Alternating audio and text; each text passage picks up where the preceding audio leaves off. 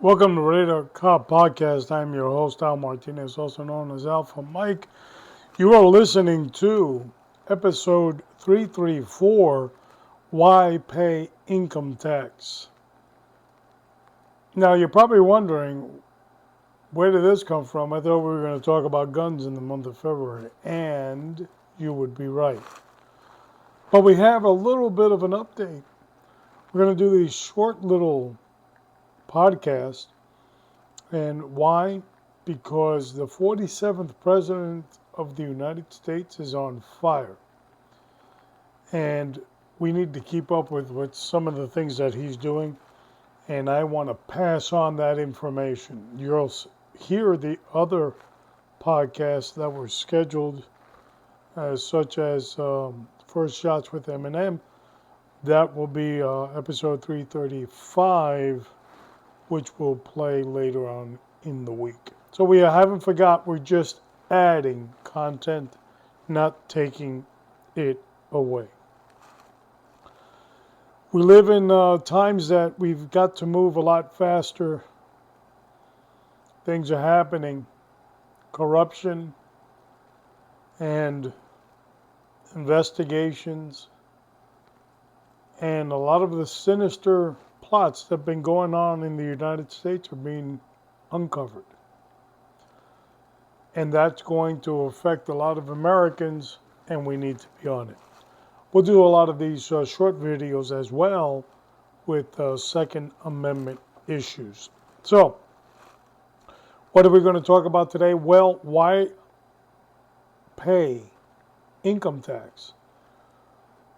Since the founding of our nation, all the way up to 1895, income tax was not paid. The way the United States would generate funding was through tariffs.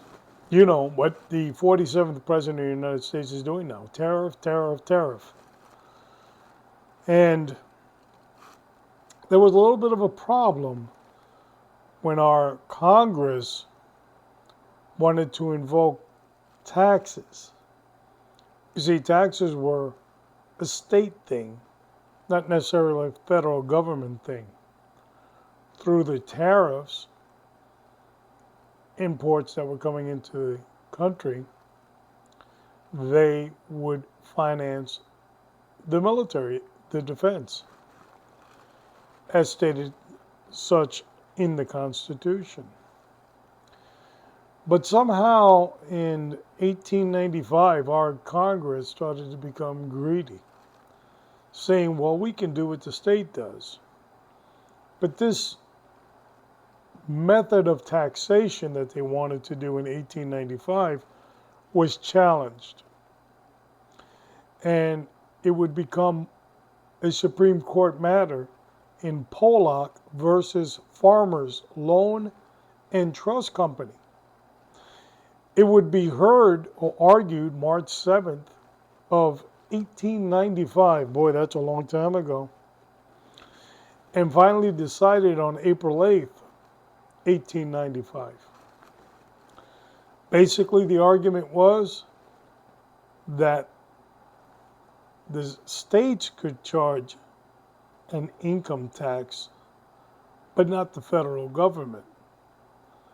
The question placed before the Supreme Court at that time was the income tax a direct tax in violation of the Constitution, Article 1, Section 9. The court held that the act violated the Constitution since it imposed taxes on personal income deriving from real estate investment and personal property such as stocks and bonds. That was a direct taxation scheme. That's a strong word. Not appropriated properly among the states. The decision was negated to adopt the adoption of the 16th Amendment in 1913. So as a result, the Supreme Court said, no, you can't do it. Taxation is a state thing. The Congress invoked the 16th Amendment in 1913. At the time in the Supreme Court, one of the justices, Justice Brown, wrote, "The decision involves nothing less than the surrender of the taxing power to the moneyed class." Was not favored by the Supreme Court, but the reach around from our government and our Congress was pretty simple. We would just come up with an amendment, and they did. But in a lot of this ruling, the argument was, how would the federal government receive taxation or a surplus of money? Most of the money that they were receiving was through these tariffs to supply the military. But they knew that they could get more money if they invoked a federal income tax. And one of the things that the Supreme Court in that time bounced around was the defense of the nation and the role of the federal government versus the role of the states. So pretty much we would invoke a new amendment, and that would bring taxation at the federal level. And guess what we would do? We would increase the amount of wars we would get into. So in Pollock versus Farmer in 1895, Supreme Court said, no, you not so fast. You can't invoke an income tax. Only the states can come up with taxation. And they bounced it around. They discussed the military and the tariff situation. And they said in times of emergency, maybe. In other words, to pay for a war, let's say. Well, our Congress quickly invoked the 16th Amendment in 1913, and federal income tax was born. What would have happened after 1613? Well, we would get involved in World War I.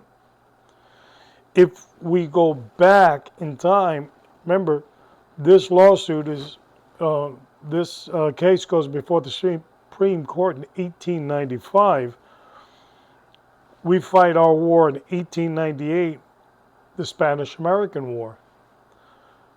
Then in 1913, they invoked the amendment. We get into another war. The First World War from 1917 to 1918. Then we get involved in the Second World War, 1941 to 1945.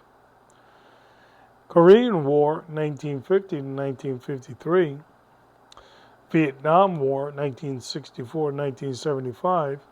Desert Shield, 1990 to 1991. And the Global War on Terror, October 2001 to September 2021. And we get involved in all these wars with one purpose, and one purpose only. The federal income tax that we're all paying is paying for the wars.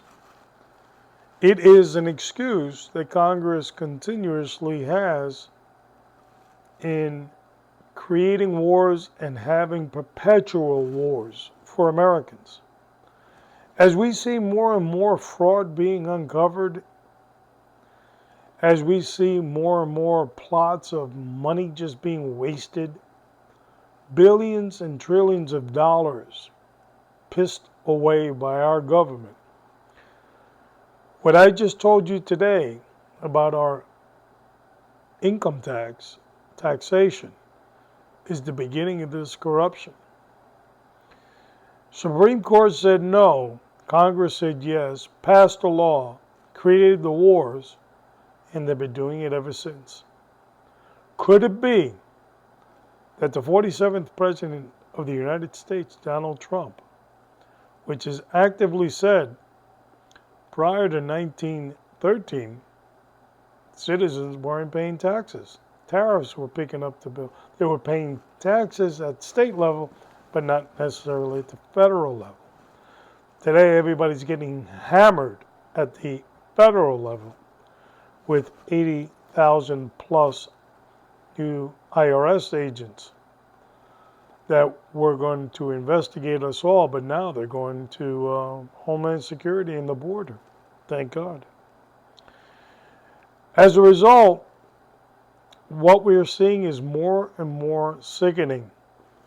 Keep in mind, all these wars that we get into, remember what the Supreme Court said in Pollock versus Farmers? It basically said, like in times of emergency in a war, we have to pay for that war. Well, if we're always in perpetual wars, we'll never get out of them. And income tax will never go away. So it could be that the 47th President of the United States, Donald J. Trump, is trying to go back prior to 1913 when citizens didn't pay taxes, tariffs did. Think it's far-fetched? Put on your seatbelt. We're going for that ride. Would be the greatest moment in American history as we discover all this fraud, correct the wrong, and do away with taxes. If you're looking for gun training in the Tampa Bay area, look no more. Raider Cop TAC, TAC. That's RaiderCopTAC.com. We can provide you with that training, whether it's intermediate or beginner or advanced. Firearms training, give us a call at 813-942-7400. And if you want to hear all our podcasts from number 1 to number 334, just tune into RaiderCop.com. RaiderCop.com. Want to send us a nasty email like most people do? RaiderCop Podcast, all one word, at proton, PROTON.me, M-E.